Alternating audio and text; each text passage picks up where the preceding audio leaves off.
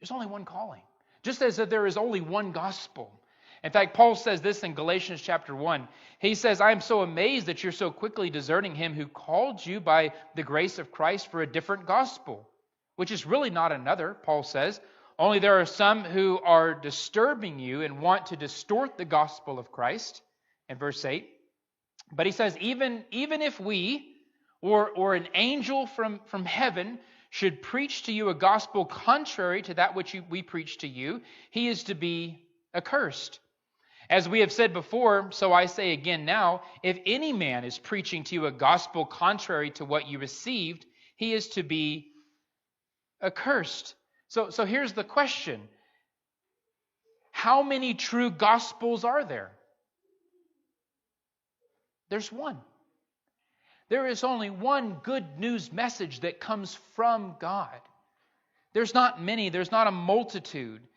There's not an abundance of messages that God is presenting to different people. There's only one. So as the human family goes, God has only presented to us one true gospel. In which case he is calling the world out of darkness, calling the world unto himself through that gospel. By the same means, it's not different for each person. It's not like that God has a different gospel for you and a different gospel for me. There's only one. He doesn't have a different calling for you and a different calling for me in regards to he calling us to himself. There's only one calling. Just as there's only one hope that we share.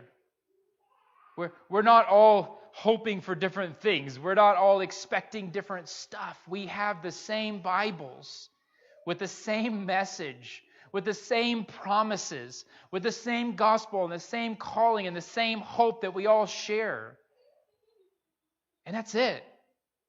Nothing more and nothing less. All Christians were called by one calling, through one gospel, into one hope.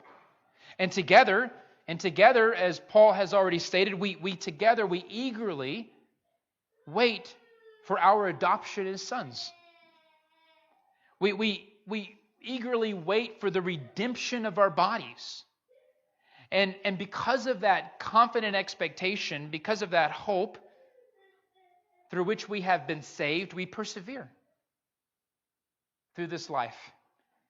Despite its challenges, despite its difficulties, despite the people who would like us to tell us something different.